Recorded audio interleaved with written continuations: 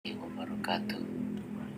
Ketemu lagi di channel YouTube Fakultas Ekonomi dan Bisnis.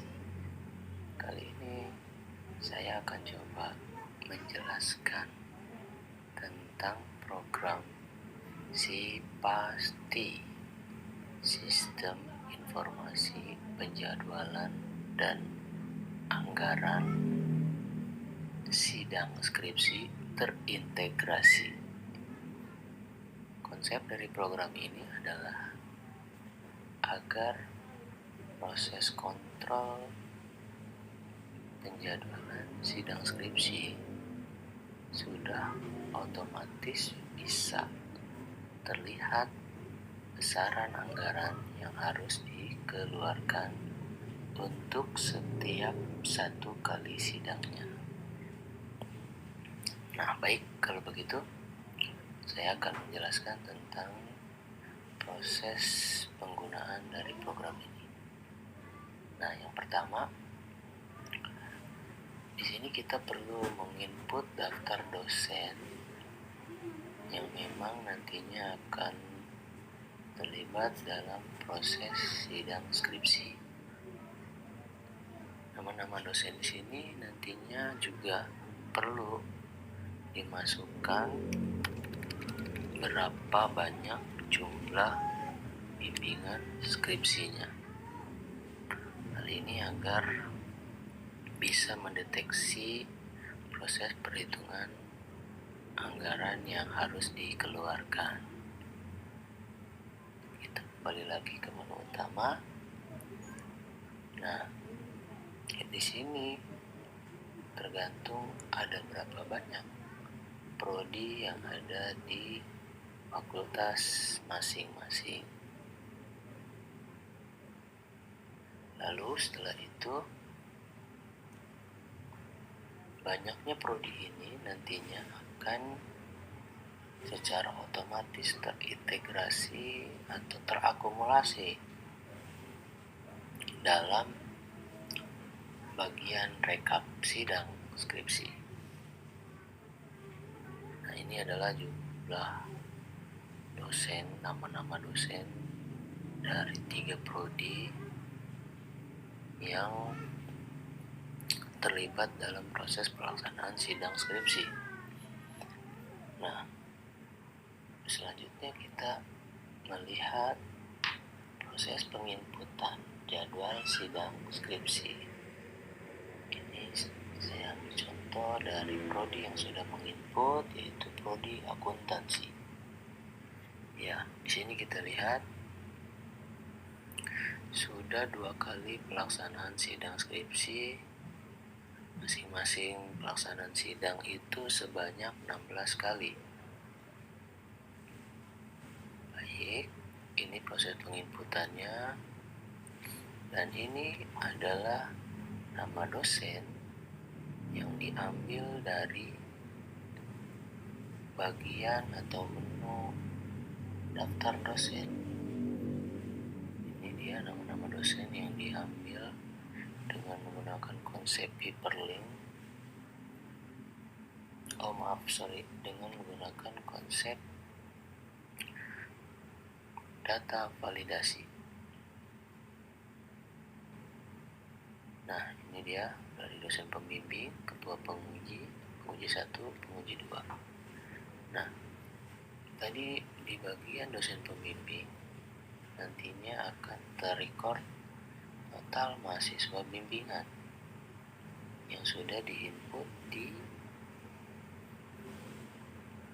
daftar dosen bagian jumlah bimbingan skripsi. Ini secara otomatis akan berelasi pada menu penjadwalan. Di sini dia ya. Nah, setelah selesai input penjadwalan sidang skripsi para dosen, di sini nantinya akan terdeteksi bentrok atau tidaknya para dosen-dosen yang dijadwalkan dalam pelaksanaan sidang skripsi. Jadi ini diinput satu persatu. Ketika ada bentrok, dia akan memberikan sebuah sinyal dalam bentuk warna pink. Saya beri contoh, misalkan di sini mahasiswa bernama Tia Agusti, dosen pembimbing Mulyadi, pukul 13 disidang oleh ketua penguji ini dan ini sebagai dosen pembimbing ya, perangkap penguji. Nah, Mulyadi di sini sudah ada jam di pukul 13. Nah, bila kita menempatkan kembali dosen bernama yang sama di waktu yang sama, maka hal tersebut akan mengakibatkan bentrok dan ini akan bisa terdeteksi. Saya beri contoh, misalkan penguji untuk Muhammad Nabil saya ganti dengan dosen yang sudah terjadwal di pukul 13 lainnya.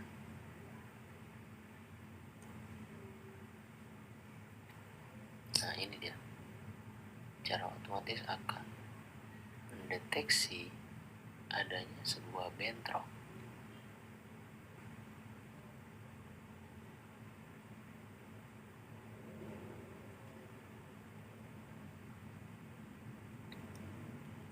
Nah, setelah selesai terinput semuanya dan aman dari bentrok antar dosen, kita bisa melihat akumulasi untuk sidang per hari ini dengan total rincian jumlah bimbingan yang sudah tersidang ada berapa? Ada 16 dosen yang terlibat dalam proses pengujian ini, yang terdiri dari dosen penguji, ketua penguji, dan penguji, ya. Secara otomatis pun akan terhitung di sini dalam satu pelaksanaan sidang skripsi ini. Dia akan menghitung per orang yang nantinya akan dijumlah sebesar 48. Jadi dari 16 mahasiswa yang disidang skripsi, ya, di sini melibatkan proses pengujian 48 kali yang dilakukan oleh 17 dosen. Secara otomatis akan menghitung nilai rupiahnya. Angka rupiah ini hanya ilustrasi saja ya, bukan angka real yang sebenarnya. Ini dia, secara otomatis akan menghitung. Baik, selesai hari pertama sidang skripsi, lanjut ke hari kedua dengan proses dan tahapan yang sama. Penginputan jadwal mahasiswa yang diuji oleh ketua penguji 1 dan didampingi oleh dosen pembimbing, kita input secara keseluruhan, maka dia pun secara otomatis akan menghitung jumlah akumulasi pelaksanaan sidang skripsi di hari itu dengan nilai total rupiah atau anggaran yang harus dikeluarkan sebesar ini. Nah, jika diasumsikan proses sidang skripsi sudah selesai secara keseluruhan untuk seluruh mahasiswa yang mendaftar skripsi atau mendaftar sidang skripsi, maka nantinya seluruh proses-proses sidang skripsi itu akan dihitung secara menyeluruh dalam kolom yang akan menjelaskan total keseluruhan dari pelaksanaan sidang skripsi yang sudah dilakukan. Ini dia perhitungannya.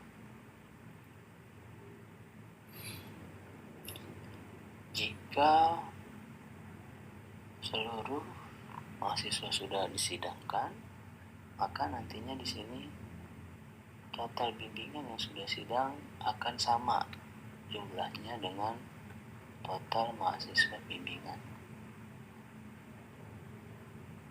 Nah, apabila ada mahasiswa yang tidak ikut sidang pada tahun ini atau tahun yang sedang dilaksanakan proses sidang, maka di sini akan terdeteksi total mahasiswa yang belum sidang. Ini memudahkan bagian akademik untuk mendeteksi siapakah mahasiswa tersebut, karena nantinya kita akan melacaknya melalui dosen pembimbingnya.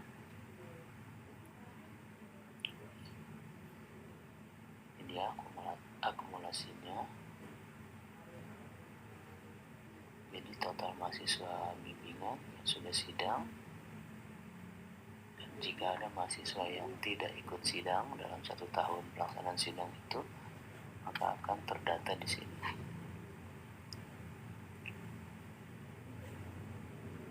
Dan ini adalah total bimbingan plus non-bimbingan, menguji bimbingan dan bimbingan. Jadi maksudnya itu adalah dosen pembimbing yang menguji bimbingan sendiri atau mendampingi bimbingannya, lalu dosen yang dosen tersebut juga ada kalanya menguji mahasiswa yang bukan bimbingannya. Ini akan terhitung di sini, terakumulasi di sini. Fungsinya adalah agar pimpinan fakultas atau prodi bisa mengontrol sirkulasi atau pembagian sidang bagi tiap-tiap dosen, agar tidak terjadi penumpukan menguji hanya di beberapa orang saja. Ini artinya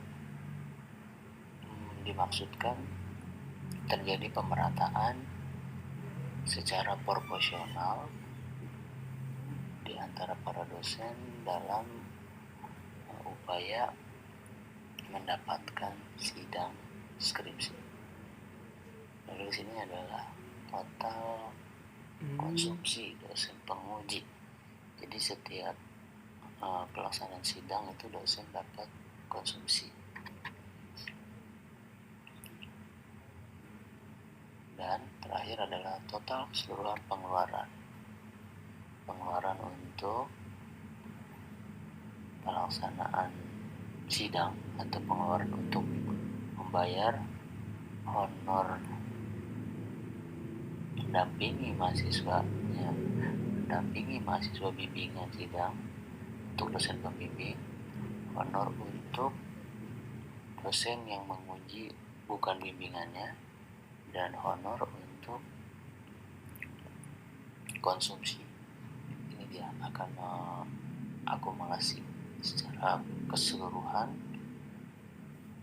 dosen tersebut selama ikut serta dalam proses sidang skripsi dalam pelaksanaan 1 tahun terakhir atau 1 tahun akademik terakhir.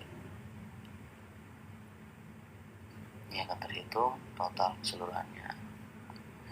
Nah, jika selesai dengan diasumsikan selesai untuk 1 prodi, lalu prodi lainnya juga selesai, kita asumsikan ini selesai, kita asumsikan ini pun selesai, maka nantinya akan terekap pada bagian rekap sidang. Di sini ada beberapa dosen yang memang membimbing dan menyidang di beberapa prodi, sehingga hal itu akan menjadi penilaian untuk dosen tersebut tidak terlalu banyak secara nilai kumulatif, tidak terjadinya gap yang tinggi dengan dosen yang hanya membimbing atau menyidang di satu prodi tertentu saja. Hal ini dimaksudkan agar tidak terjadi kecemburuan sosial di antara para dosen. Tentunya perlu ada pembagian yang bersifat proporsional ya, sehingga tidak menimbulkan kecemburuan sosial.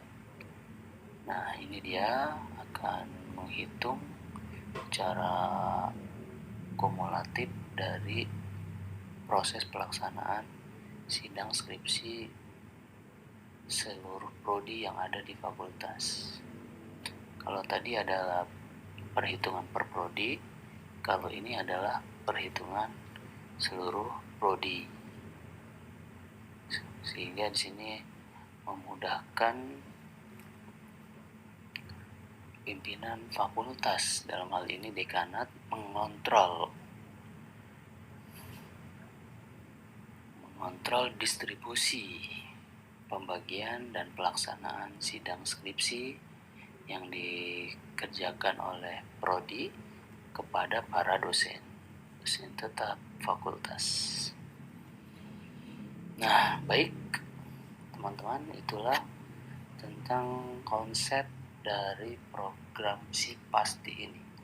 Konsep sederhana tetapi bisa memberikan informasi yang lengkap tentang distribusi pelaksanaan sidang skripsi.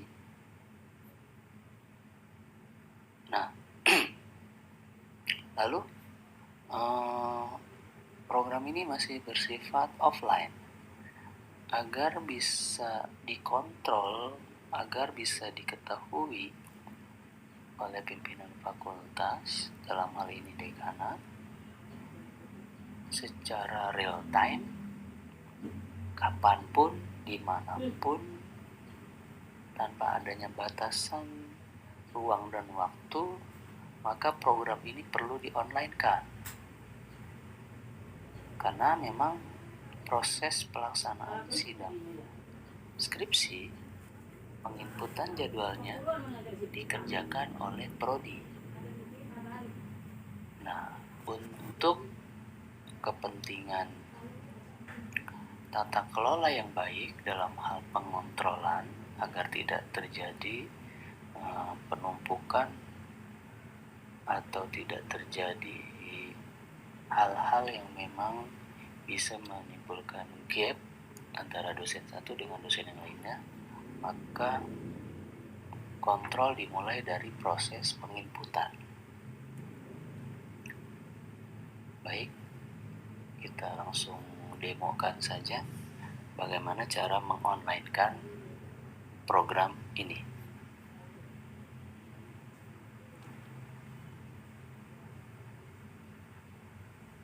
Nah, yang pertama adalah pastikan kita sudah menentukan aplikasi atau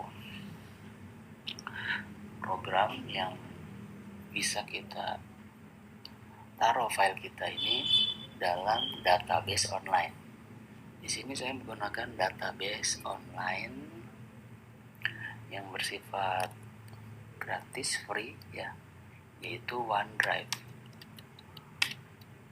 Saya pakai OneDrive ya, karena memang OneDrive ini adalah miliknya Microsoft, dan Excel yang saya gunakan adalah Excel Microsoft Excel. Jadi akan kompatibel apabila produk Microsoft kita sematkan ke sistem cloud datanya punya Microsoft. Karena kalau berbeda developer ya, berbeda pengembangnya gitu, program yang sudah dibuat, program Excel yang sudah dibuat itu tidak bisa berfungsi secara maksimal. Ada menu-menu yang hilang. Berbeda kalau memang satu pabrikan ya, Microsoft ketemu Microsoft, maka program Excel yang sudah dibuat dapat powerful, bisa digunakan tanpa adanya kekurangan. Yang membedakan hanyalah tampilan saja, tampilan offline dan tampilan online. Baik, langsung saja kita upload filenya agar bisa diakses secara online. Yang pertama-tama pastikan kalian sudah memiliki akun dari Microsoft OneDrive ini ya. Jika belum, lakukanlah sign up ya dengan cara membuat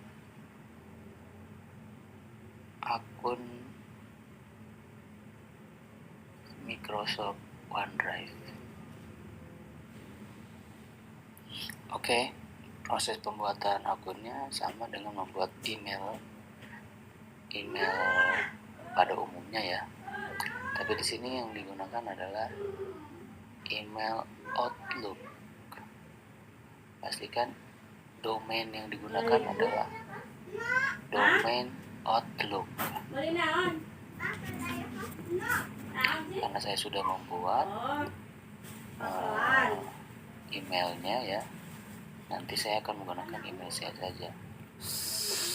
Di sini saya tidak menjelaskan proses pembuatan email Microsoft OneDrive-nya.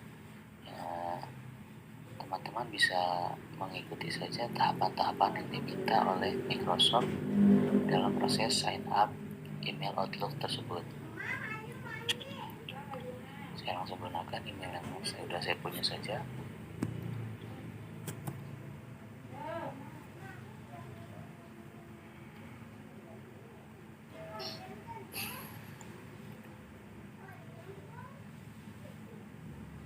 Nah, ini dia adalah email atau direktori OneDrive saya dengan menggunakan email Outlook saya ya. Nah, sekarang kita upload file yang tadi sudah kita siapkan, file demo sidang skripsi, agar file tersebut bersifat online.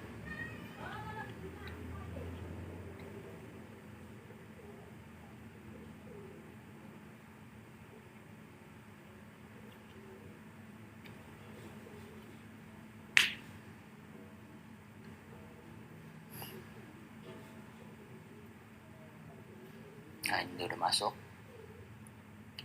Untuk mengonlinekan program ini sangat mudah sekali teman-teman. Kita tinggal klik, centang, lalu share. Tunggu sebentar. Nah, dalam upaya meng-sharekan program ini ada dua cara. Bisa dengan mendaftarkan email-email tertentu yang memang diizinkan untuk mengakses program ini, atau bisa juga dengan cara proses copy link. Jadi program ini nanti akan dibuatkan linknya oleh Microsoft OneDrive dan kita copy program ini ya, kita copy program ini dan kita tinggal share ke orang yang kita inginkan. Karena tadi linknya masih panjang ya, sekarang kita coba sederhanakan link tersebut. Baik, saya sederhanakan dulu link tersebut. Saya di sini menggunakan tinyurl.com.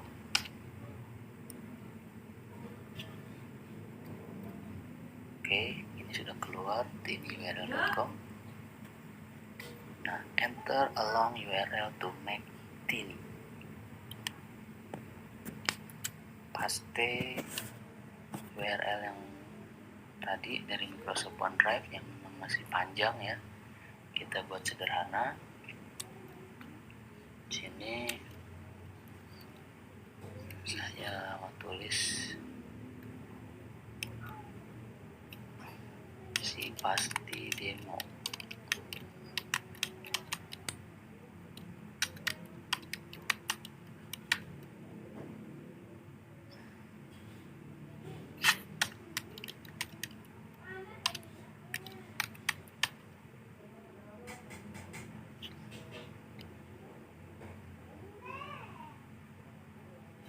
sudah jadi. Si pasti demo video. Copy to clipboard. Oke, kita copy. Nah, kita keluarkan dulu untuk memastikan kalau linknya ini berfungsi dengan baik.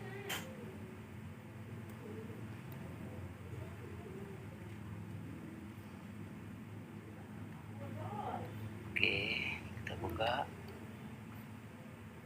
Inilah browser yang baru. Kita paste di sini. Bentar.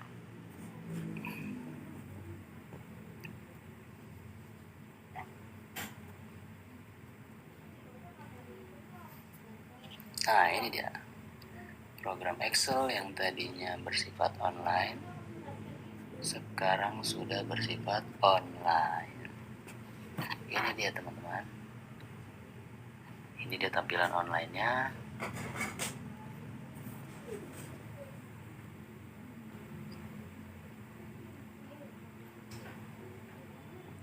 Nah, ini dia tampilan online-nya.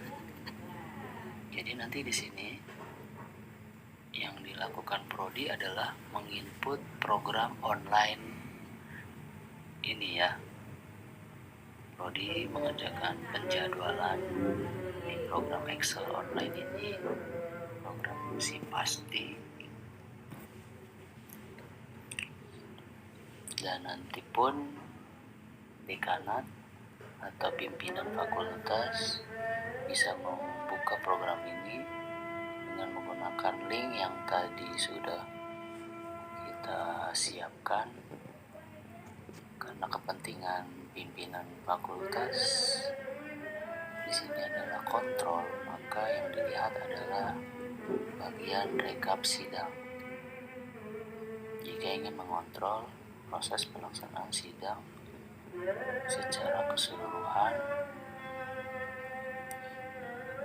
prodi yang ada di fakultas, atau juga bisa mengontrol pelaksanaan sidang untuk tiap-tiap prodi. Mengontrol tiap-tiap prodi di sini bisa lihat distribusi masing-masing dosen prodi mendapatkan berapa sidang dan sudah berapa bimbingannya yang naik sidang. Seperti itu. Baik, demikian saja video ini. Maksud dari dibuatnya program ini, ide dasar dibuatnya program ini adalah agar proses kontrol bisa lebih real time dilakukan untuk meminimalisir masalah adanya gap, adanya pembagian jadwal sidang yang tidak merata ya, karena pembagian jadwal sidang yang tidak merata bisa menyebabkan konflik, bisa menyebabkan kecemburuan sosial di antara para dosen. Tentunya pembagian sidang dosen itu pun dilakukan secara proporsional berdasarkan kriteria-kriteria tertentu. Sekian saja video ini saya buat. Like kalau kalian suka, dislike kalau kalian tidak suka. Jangan lupa ketik di kolom komentar jika ada pertanyaan, dan jangan lupa pula untuk subscribe agar channel YouTube ini bisa terus berkembang. Sekian dari saya selaku admin YouTube Fakultas. Subhanakallahumma wa bihamdika asyhadu an la ilaha illa anta astaghfiruka wa atubu ilaik.